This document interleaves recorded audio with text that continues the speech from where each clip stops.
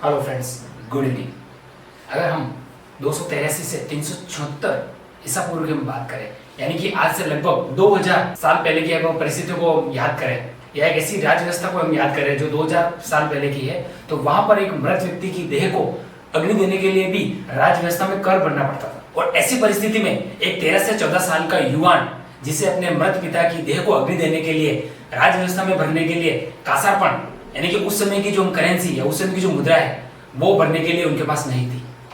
तब वैसे समय में वह युवान अपने घर का एक हिस्सा तोड़कर उसमें से लकड़ी लेकर अपने पिता के देह को अग्नि देता है और उसी समय एक अग्नि अपने हृदय में भी प्रज्वलित करता है कि मैं ऐसे अन्यायी राजा और ऐसी राज व्यवस्था का विरोध करूंगा, मैं ऐसी अन्यायी नीतियों को बदल दूंगा। तो आप सब समझ गए होंगे कि मैं ऐसे कौन से महापुरुष या ऐसे कौन सी महान आत्मा की बात कर रहा हूँ।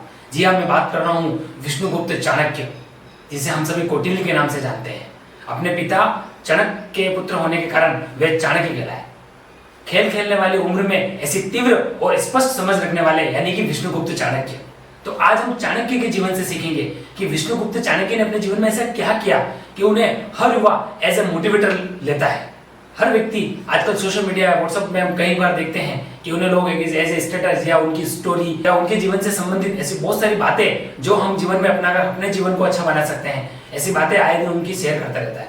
तो आइए आज हम विष्णुगुप्त चाणक्य के बारे में समझते हैं। विष्णुगुप्त चाणक्य, जिनके बारे में हम सब जानते ही हैं कि मगध राज्य में गणानंद, जो कि मगध राज्य के अंतिम शासक थे, उन्होंने अपनी संकल्प प्रवृत्ति के कारण सोए हुए सेनापति और प्रधानमंत्री को मरवा दिया था। और उन्हीं सेनापति के पुत्र हुए हैं महान सम्राट चंद्रगुप्त मौर्य, और उन्हीं प्रधानमंत्री के पुत्र ये विष्णुगुप्त चाणक्य हुए थे।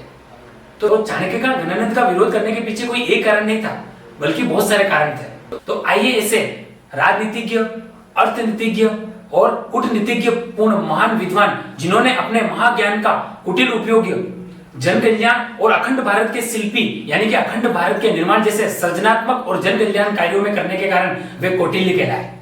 तो आइए ऐसे महान राजनीतिज्ञ पूर्ण कौटिल्य, जिन्होंने अर्थशास्त्र जैसा महान विषय लिखकर संपूर्ण उस समय की प्रजा को आश्चर्य में डाल दिया था, आइए उनके जीवन से ऐसे कुछ मूल मंत्र सीखते हैं और हम युवा जीवन कौटिल्य से क्या सीख सकते हैं, उनके लिए कुछ निश्चित बिंदुओं पर जाकर हम उन्हें समझने का प्रयास करते हैं। कौटिल्य जी से सबसे पहले सीखने वाली बात है वो है स्ट्रॉन्ग विल पावर, यानी कि मजबूत दृढ़ इच्छा शक्ति। हम सब जानते हैं दृढ़ इच्छा यानी कि मन से मजबूत, और कौटिल्य इतने मन से मजबूत थे कि उन्हें कोई भी परिस्थितियां या उन्हें कोई भी बाह्य वातावरण प्रभावित ही नहीं कर पाता था।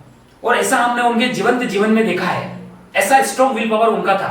दृढ़ता यानी मन से मजबूत, जो सोच लिया वह करना ही, चाहे उसके लिए कुछ भी हो जाए, चाहे समुद्र अपनी सीमा लांघ ले, चाहे चंद्र अपनी शीतलता छोड़ दे, चाहे सूर्य अपनी तेजस्विता बदल दे, लेकिन मैंने जो सोचा है उसके ऊपर मुझे 100% अडिग रहना, इस विश्वास को कहते हैं दृढ़ निश्चयता।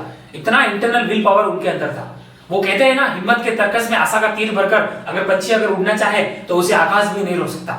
ऐसी मजबूत दृढ़ इच्छा शक्ति चाणक्य के अंदर थी। तभी तो चाणक्य ने जिस राष्ट्र की भूमि पर खड़ा हो जाता था और राष्ट्र उनका हो जाता था, ऐसी मजबूत दृढ़ इच्छा शक्ति चाणक्य के जीवन में थी। और उसी दृढ़ इच्छा शक्ति के दम पर उन्होंने गणानंद जैसे मगध राज्य के सिंहासन को हिला दिया था और अन्याय के खिलाफ, अनीति के खिलाफ और असत्य के खिलाफ वो खड़े हुए थे। जहां जहां अन्याय होगा, जहां जहां असत्य होगा, जहां जहां अनीति होगी, वहां वहां मैं उनका प्रतिकार करूंगा। ऐसी मजबूत इच्छा शक्ति को कहते हैं तेजस्विता और दृढ़ निश्चयता।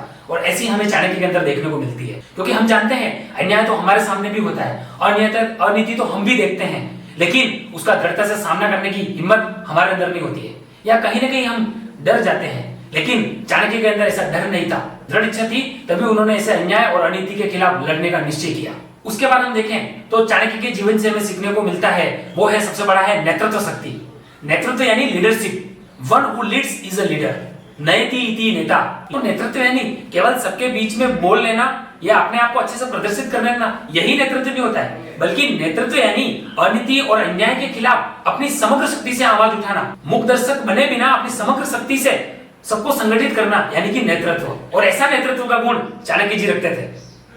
मैं चुप रहकर वाचाल बनना चाहता हूं, मैं इस जहां में एक भूचाल लाना चाहता हूं। मैं चुप रहकर वाचाल बनना चाहता हूं, मैं इस जहां में एक भूचाल लाना चाहता हूं। सदियों से कैद है जो सत्य, सदियों से कैद है जो सत्य, उस सत्य को मैं इस जहां के सामने लाना चाहता हूं। हारने का डर नहीं है मुझे, फिर भी तुम दे सको तो दे देना, साथ लेना, वरना मैं अकेले ही जीतने का हुनर रखता हूं। ऐसी सी वृत्ति हमें चाणक्य जी के अंदर देखने को मिलती है। इसलिए चाणक्य जी के जीवन से हमें नेतृत्व वाला हम गुण उठा सकते हैं। चाणक्य जी के अंदर इतनी ऐसा नीतिपूर्ण एक वातावरण बनाते थे कि सभी लोग उनके अपने हो जाते थे। और इस तरह चाणक्य जी ने लोगों के अंदर नेतृत्व के गुण द्वारा विजिगिषा और राष्ट्र निष्ठा जैसे मजबूत गुणों को खड़ा किया था। ऐसी राष्ट्रभक्ति उन्होंने लोगों में खड़ी करी थी। उसके बाद हम देखें तो चाणक्य जी के जीवन से सीखने वाली बात है वो है कर्तव्यनिष्ठ, यानी कि ड्यूटीफुल। चाणक्य जी ने अपने जीवन में जो भी कर्तव्य अपनाया है उसे सच्चे अर्थों में निभाया भी है, चाहे वो उनके माता पिता के कर्तव्य हो, चाहे उनके मित्र का कर्तव्य हो, चाहे राष्ट्र का कर्तव्य हो। उन्होंने कर्तव्य को अपनाने के बाद उसे कभी भी विमुख नहीं हुए हैं, बल्कि उस कर्तव्य को 100% अपनी शक्ति के साथ निभाया है। उसके बाद चाणक्य जी के जीवन से उठाने वाली बात है वो सबसे महत्वपूर्ण है मेरी नजरों में, और वो है क्राफ्टमैन ऑफ यूनाइटेड इंडिया, यानी कि अखंड भारत के शिल्पी या अखंड भारत के निर्माता या निर्माण करने वाले। हम जानते हैं कि हिमालय से लेकर समस्त विस्तारित गणराज्यों और 27 देशों को एक करने के पीछे चाणक्य का उद्देश्य सिर्फ गणतंत्र के राज्य को ही हराना नहीं था, बल्कि एक समान सांस्कृतिक और समान विचारधारा रखने वाले ये सभी छोटे छोटे राज्य एक ही अखंड भारत के हैं, ऐसा उन तत्कालीन राजाओं में और प्रजाओं के अंदर ऐसा ध्येय निष्ठा खड़ी करनी थी।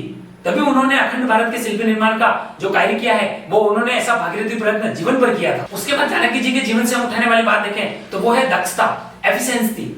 चाणक्य जी इतने महान थे कि सामने वाले व्यक्ति को देखकर ही भाप लेते थे कि उसके आने का ये प्रयोजन क्या है। वो व्यक्ति को देखकर ही पहचान जाते थे कि व्यक्ति किस उद्देश्य से यहाँ आया है। ऐसा दक्षतापूर्ण गुण वो चाणक्य जी अपने जीवन में रखते थे। इसके लिए हम एक एग्जाम्पल देख सकते हैं, जो उनके परम मित्र, हालांकि वो उनके गुरु थे, लेकिन चंद्रगुप्त मौर्य जी का जो एग्जाम्पल हम देखें तो चंद्रगुप्त मौर्य को सम्राट के तौर पर प्रस्थापित करने से पूर्व ही उनकी निश्चित तेजस्विता को वो कई वर्षों पहले भाप चुके थे। ऐसी दक्षता वाला गुण उन्होंने अपने जीवन में रखा था, और उन्हीं चंद्रगुप्त मौर्य को फिर उन्होंने अपना मित्र बनाया था। और आगे का जो पूरा ज्ञान है वो हम सभी जानते ही हैं, हमने किताबों में भी पढ़ा है, हम न्यूज में भी देखते हैं, गूगल में भी देखते हैं, या बहुत सारे सोशल मीडिया नेटवर्क से के थ्रू भी हमें ये बातें सुनने को मिलती है। चाणक्य जी का जीवन हम पूरा देखें तो ये हमें पता है कि उनका दक्षता वाला गुण उन्होंने सम्राट चंद्रगुप्त मौर्य के साथ किस तरह से अपनाया था। उनकी इस तरह की चाणक्य नीति उनकी दक्षता पर ही आधारित थी। तो इस तरह हम देखें तो चाणक्य जी को समझना इस छोटे से वीडियो में तो अशक्य है, क्योंकि वो उन्होंने इतने महान कार्य किए हैं। उन्होंने राष्ट्र के लिए, समूचे जीवन विकास के लिए इस तरीके के कार्य किए हैं कि उनको हम छोटे से वीडियो में समझना इतना आसान नहीं है। फिर भी चाणक्य जी के जीवन से हम देखें तो कुछ भी करने की तीव्रता, व्यक्ति को समझने की दक्षता, अलग ही तरह का बुद्धि सामर्थ्य और सफलता के आगे आने वाले विघ्नों को दूर करने की कुटिलता, ये सारी बातों का समन्वय हमें चाणक्य जी के जीवन में देखने को मिलता है। इसलिए चाणक्य जी के जीवन में राष्ट्र का मतलब केवल एक भूमि का टुकड़ा ही नहीं था, बल्कि राष्ट्र यानी विशिष्ट विचारधारा, विशिष्ट परंपरा, विशिष्ट जीवन प्रति, विशिष्ट धार्मिक प्रति और विशिष्ट आध्यात्मिक चेतना, इन सभी का समन्वय उन्होंने राष्ट्र के रूप में हमें निरूपित करते हुए दिखाया है। तो ऐसे चाणक्य जी के जीवन से आइए हम ये बातें उठाएं और अपने आप को हम प्रस्थापित करें कि मैं कहां हूं और मुझे क्या करना है। ऐसी नीतियां उनके जीवन से हम उठाकर अपने जीवन में लागू करके हम अपने आप को निश्चित रूप से सिद्ध कर सकते हैं। और इसी के साथ मैं अपना ये टॉपिक पूर्ण करता हूं। धन्यवाद, थैंक यू।